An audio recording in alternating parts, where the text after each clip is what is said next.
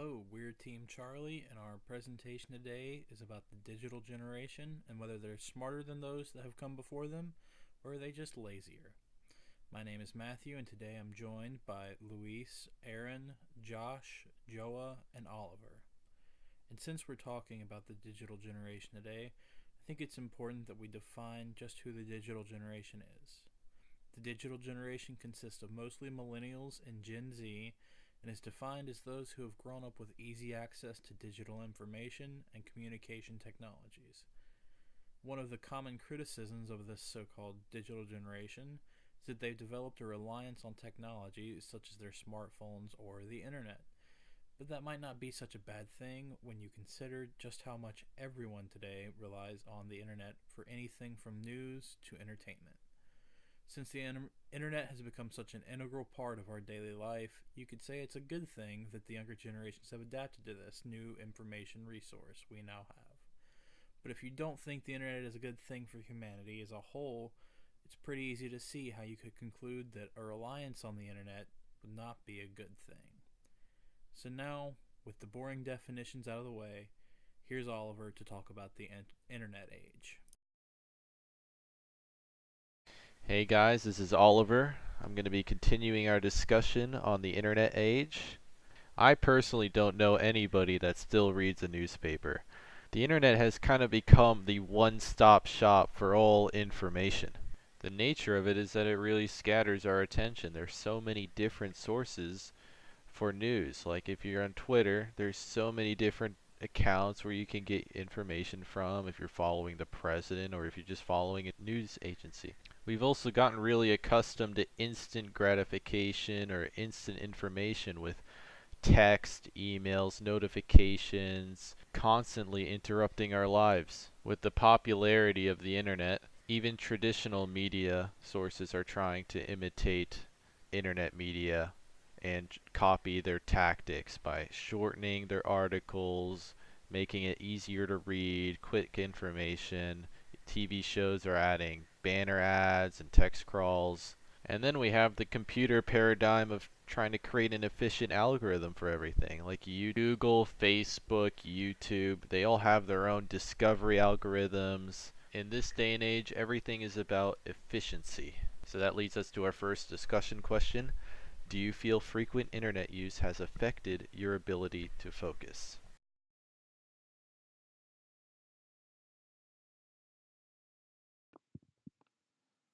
Hello everyone, my name is Luis and I'm going to be discussing on how the internet has affected our reading habits and how we take in information.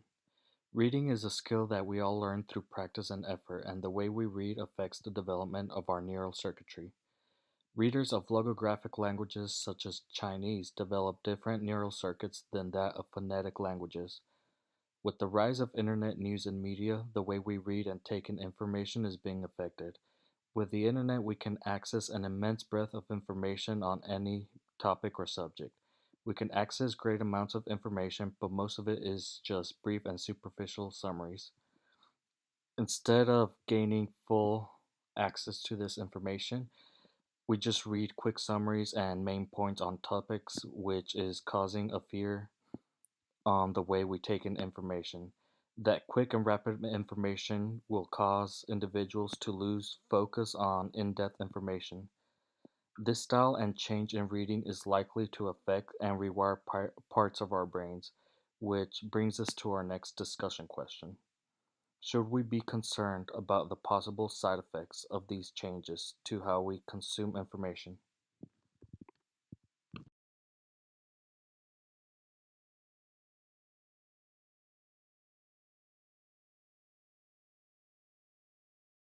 Other side effects might there be from regular internet use?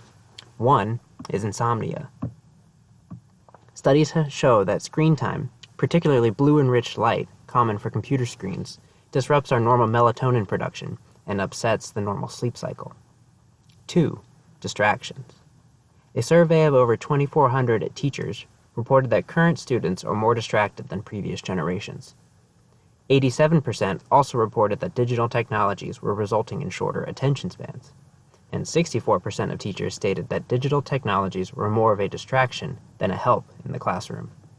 Adults aren't immune either, and regularly check emails or text in meetings, or simply browse multiple tabs at once. 3. Poor memory. The convenience of information on the internet means we don't retain information the way we used to. For example, how many people have memorized maybe more than one or two of their contacts' phone numbers? And 4. The loss of basic skills. We rely heavily on the web to perform many basic tasks for us nowadays. We use GPS and Google Maps to tell us where to go and how to get there. We use autocorrect and spell check to correct our spelling and grammar.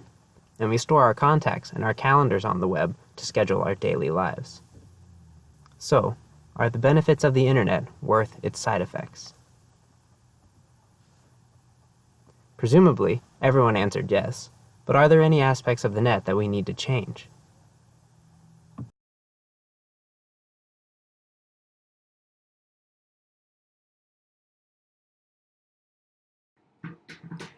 Hey, this is Aaron speaking, and I'm wondering if are all these negative side effects that the internet is having on us today something we should really be worried about, or is it just some modern day fear mongering? In the past, with the development of writing in ancient Greece, the philosopher Socrates was afraid that relying on the written word would cause people to become more forgetful and overconfident in their knowledge and wisdom. Then later on, with the use of the printing press in the 15th century, making books more easily available to people, some were worried that it would cause people to become more intellectually lazy and less studious. And while these inventions did have these effects for some, what wasn't considered were the positive effects that would result from the spreading of information and the sharing of ideas and knowledge to people who wouldn't have access to the information without these inventions. So, is the real value of reading and the mental skills it develops, or the sharing of ideas between people?